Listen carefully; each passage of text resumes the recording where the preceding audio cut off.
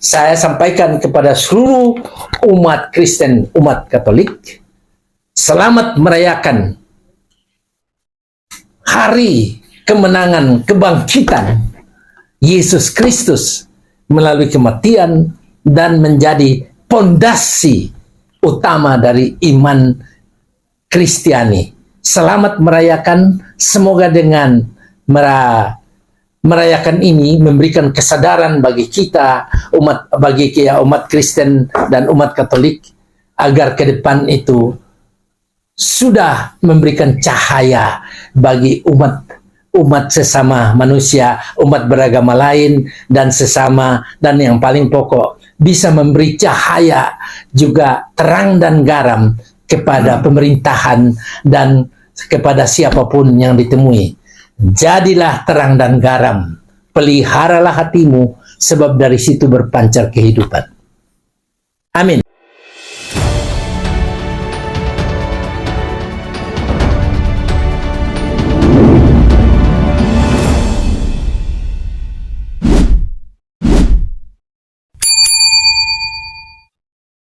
Di tengah krisis global yang melanda dunia, ketidakpastian, tekanan ekonomi, dan konflik terus terjadi.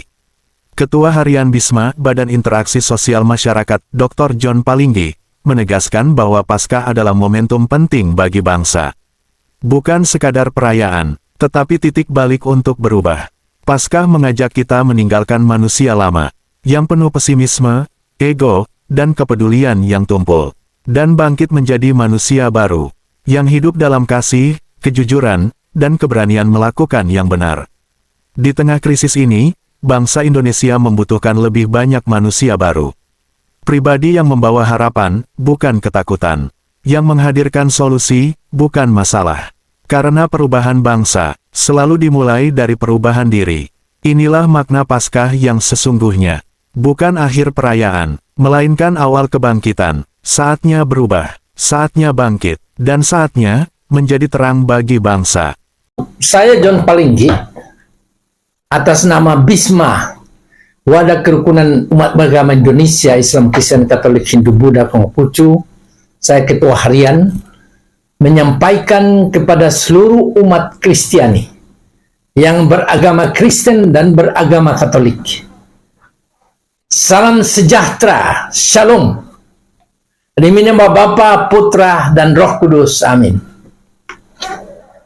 Kalau ditanyakan oleh rekan-rekan wartawan, Pak, rangkaian dari Paskah itu sendiri, saya ingin sampaikan bahwa Paskah itu adalah perayaan kebangkitan Yesus Kristus yang menjadi puncak iman Kristiani, agama Katolik, dan agama Kristen. Itu puncak iman Kristiani, melambangkan kemenangan akan dosa, maut, dan ada pengharapan baru. Pengharapan baru artinya perubahan diri kita menjadi lebih baik. Nah, perayaan Paskah itu adalah momen untuk mematikan manusia lama. Diistilahkan di Kristen Katolik, manusia lama itu adalah orang yang selalu berbuat jahat, pikirannya kotor, selalu pesimis, suka memfitnah, dan merendahkan sesama manusia. Itu manusia lama. Selalu bicara yang tidak pantas seperti itu. Meninggalkan manusia lama itu adalah sifat yang buruk. Jadi perayaan Paskah itu adalah momen, kesempatan untuk berikrar, sadar meninggalkan manusia lama, yaitu sifat buruk, dan bangkit sebagai manusia baru. Ya, ingin saya sampaikan bahwa manusia baru ini adalah perubahan dari manusia lama ke manusia baru, itu dari sifat buruk menjadi orang yang berubah menjadi baik. Itu ada semua di agama ternyata. Di agama Buddha sendiri itu dia meninggalkan kehidupan lama menjadi kehidupan baru. Sama. Di agama Hindu berpuasa 24 jam tidak ada aktivitas sama sekali. Yang terakhir itu ada membersihkan kehidupan manusia, hatinya dibersihkan dan alam sekitarnya. Di Islam itu 30 hari menahan lapar dan haus, berpuasa bulan Ramadan. Dan pada akhirnya setelah 30 hari dinyatakan bahwa berdasarkan keyakinan sudah jadi fitrah bersih. Ini sama ini. Meninggalkan kehidupan lama yang sifatnya buruk menjadi manusia baru. Manusia baru adalah mengasihi sesama manusia. Tidak pernah berpikiran jahat terhadap sesamanya, mengerjakan sesuatu. Jadi manusia baru adalah menjauhkan diri dari pelanggaran hukum, menjauhkan diri dari sikap korupsi dan mencuri orang lain punya hak ataupun negara. Itu sih manusia baru. Manusia baru artinya dia siap memelihara hatinya supaya bisa, karena dari sanalah hatinya itu, dari sanalah kehidupan dipancarkan. Jadi kalau orang manusia baru itu bertemu orang itu pasti orang lain merasa bahagia. Kalau manusia lama ketemu orang mukanya aja sudah mau makan orang, ya jelas. Karena di dalamnya itu buruk, jahat.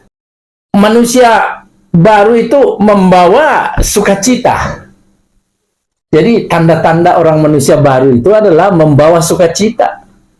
Dan juga kasih. Di ajaran Kristiani, ajaran Kristen itu kan katakan, di samping mengasihi Tuhan Allah dengan segenap hati, mengasihi sesama manusia. Jadi bukan mengasihi sesama manusia Kristen Katolik aja, sesama manusia. Nah, implementasi kebahagiaan dan sukacita yang menjadi manusia baru itu adalah di dalam kita bagaimana berhubungan, membangun persaudaraan dengan semua orang tanpa melihat asal-usul agama, etnis, golongan, maupun mungkin ya orang yang kurang beruntung semakin harus dikasihi. Itu jadi maknanya dalam sebetulnya ini yang Paskah ini. Jadi bagi umat Kristen makna ini diperbaharui menjadi pembebasan rohani melalui pengorbanan yang orang Kristen Katolik itu menyatakan bahwa digelar sebagai anak domba Paskah. Jadi kenapa anak domba Paskah? Karena disalibkan. Paskah mengajarkan kasih dan solidaritas. Jadi jangan sesudah Paskah umat Kristen, umat Katolik tidak memiliki solidaritas dan kepedulian. Itu penting sekali, kepedulian terhadap sesama manusia sebagai wujud iman. Jadi cahaya iman Kristiani itu muncul dari selesainya Paskah. Cahaya iman Kristiani itu adalah kepedulian. Kalau memang ada orang yang hidupnya susah sengsara, kemudian kita mampu menolong, tapi kita tidak lakukan, ya berarti belum memaknai Paskah sebagai jalan kehidupan untuk merubah kita menjadi lebih baik. Ya itu, jadi kepedulian. Sia-sialah orang beriman kalau dia tidak peduli kepada kesengsaraan orang lain. Dia tidak mengasihi sesamanya. Jangan melihat dia agama beda, suku beda, beda pendapatan, apalagi jangan. Itu adalah kebencian bagi Tuhan. Nah, Paskah sebetulnya kan berasal ya, kalau istilahnya sebetulnya Paskah itu melewati ya. Jadi ada rumah-rumah yang dikasih tanda supaya malaikat yang pembunuh itu melewati sehingga timbullah Paskah. Saya tidak mau terlalu dalam menganalisa itu karena jadi makna Paskah sesungguhnya itu adalah kemenangan atas dosa. Kenapa dikatakan kemenangan? Ya, membuat manusia sesudah Paskah sadar bahwa dia ini sangat cemar dirinya selama ini. Maka dia harus meninggalkan. Manusia yang suka takut akan kematian, ada Paskah penebusan dari Yesus, dia tidak perlu takut kematian. Kematian itu adalah memang hak.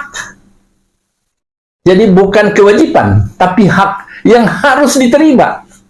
Ya, melalui kebangkitan Yesus.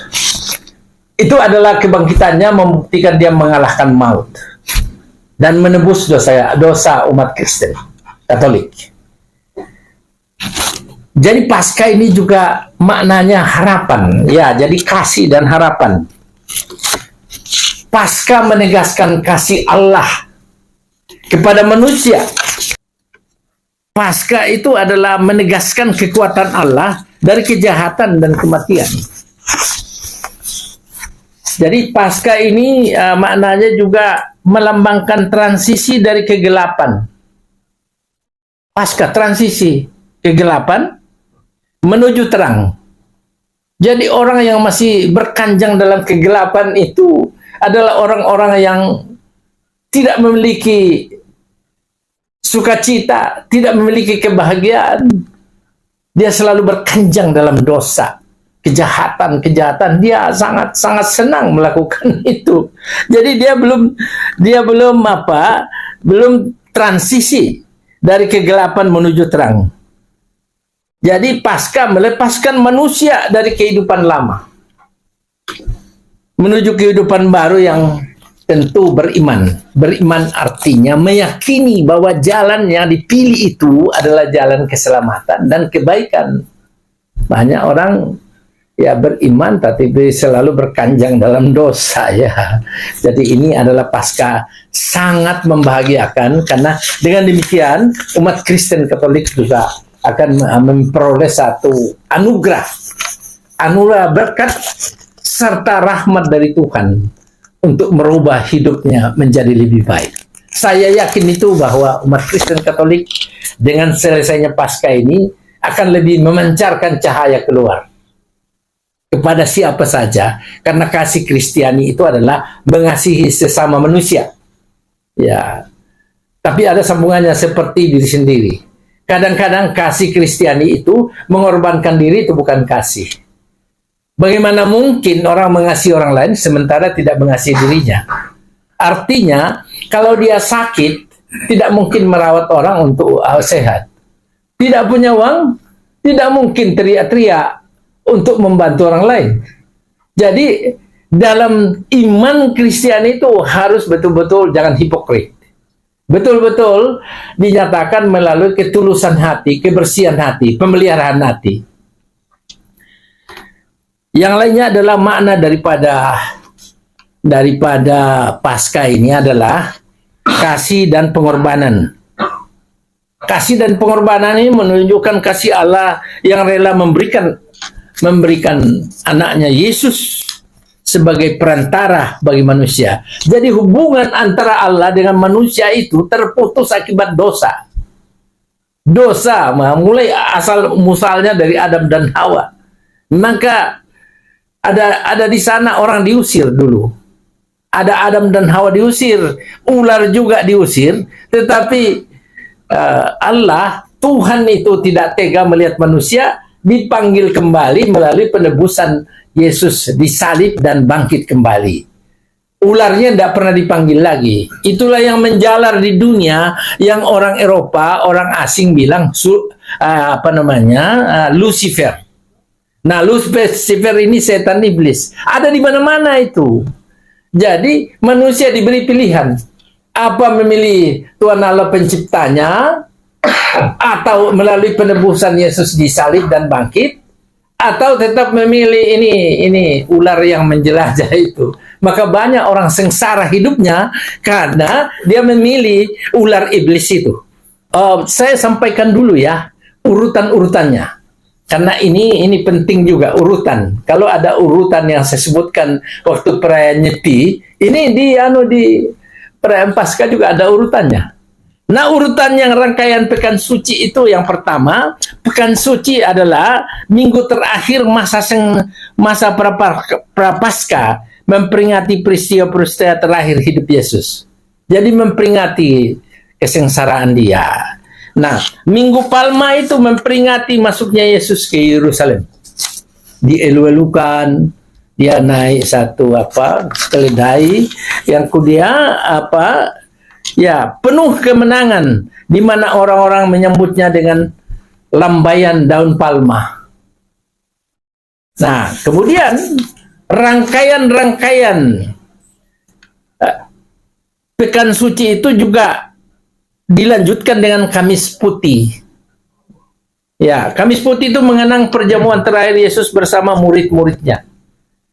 Di sini Yesus membasuh kaki para murid dan menetapkan sakramen Ekaristi yang dilaksanakan oleh umat Katolik.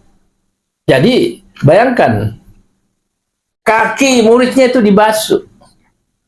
Banyak orang di hidupnya kalau sudah dapat jabatan, itu tinggi sekali, tinggi sekali dia punya, tidak mau bertemu dengan orang. Ini malah membasuh kaki. Itu menandakan satu kerendahan, bahwa kerendahan yang dilandasi kasih terhadap sesama tanpa mempedulikan dia siapa.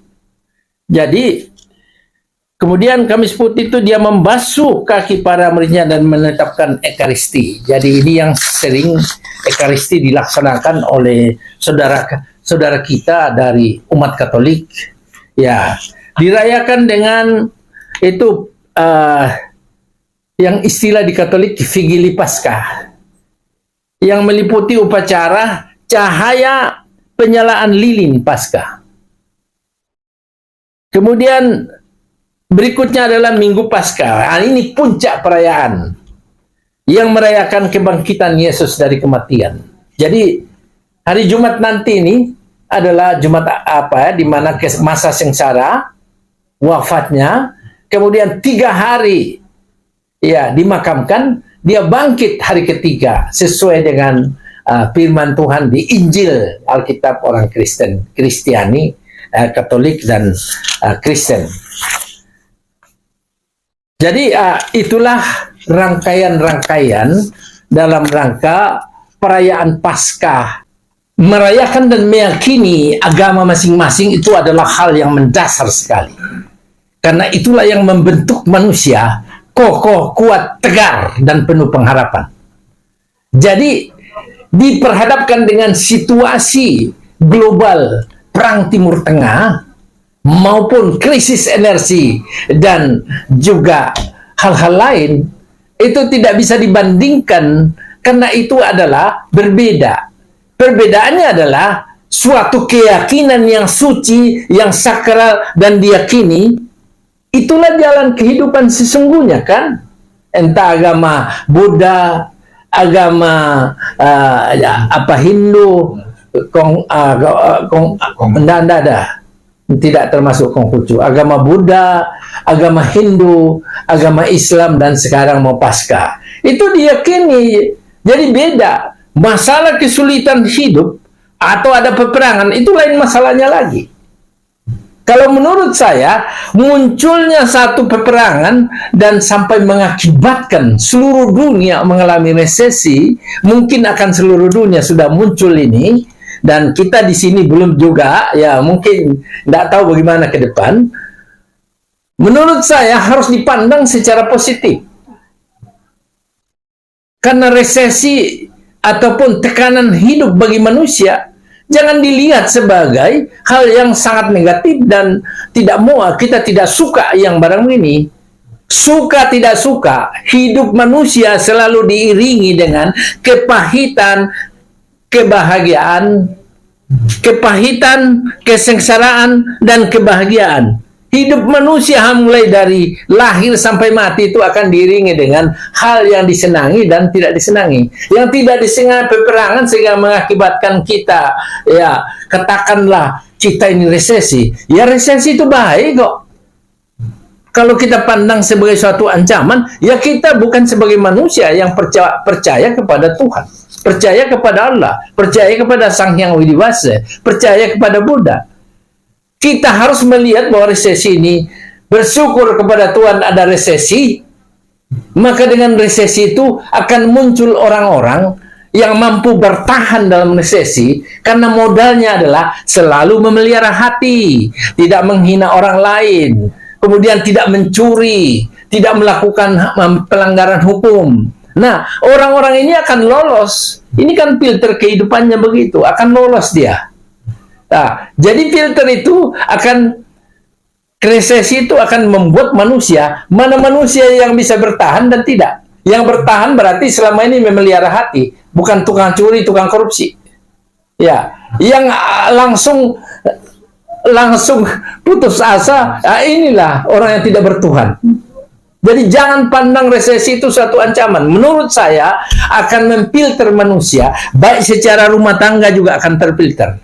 Apakah dengan resesi rumah tangga itu masih utuh atau tidak?